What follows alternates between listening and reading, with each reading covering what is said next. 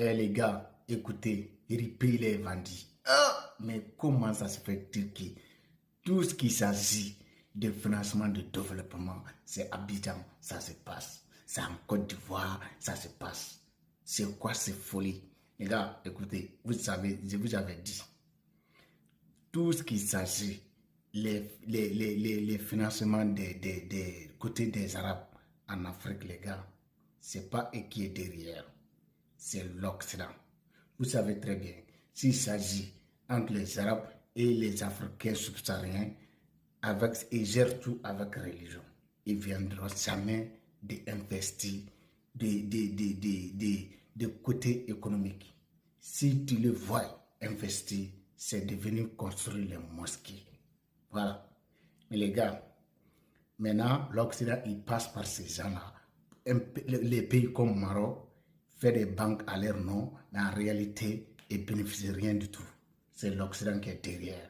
Le roi, famille royale de Maroc, là, les gars, c'est la France qui l'a mis au pouvoir au Maroc. C'est la France qui dirige, frère. Donc, il faut que vous compreniez ça. Écoutez, c'est dinguerie, les gars. Tant que les Africains ne comprennent pas, je ne sais même pas quoi, les gars.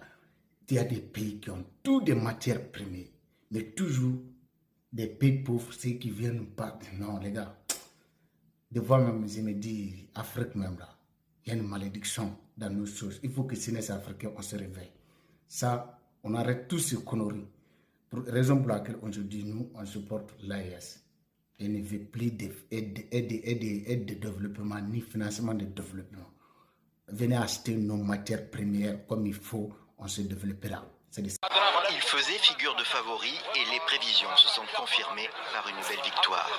Ce jeudi à Abidjan, le Mauritanien Sidi Ould Tah a été élu avec 76% des voix au troisième tour de scrutin.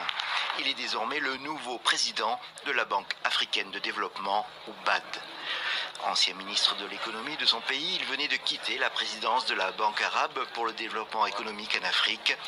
Un parcours diversifié qui faisait la force de sa candidature, comme il expliquait sur le plateau de TV5 Monde il y a un mois. J'ai été du côté de l'offre, j'ai été du côté de la demande. J'ai évalué moi-même des projets, je suis allé sur le terrain. J'ai été aussi au gouvernement et donc je sais quelles sont les attentes des gouvernements, quelles sont les attentes des bénéficiaires.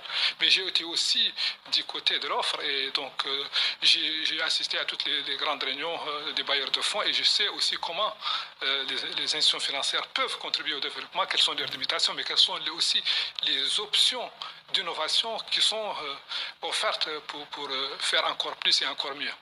La BAD compte 81 membres, dont 54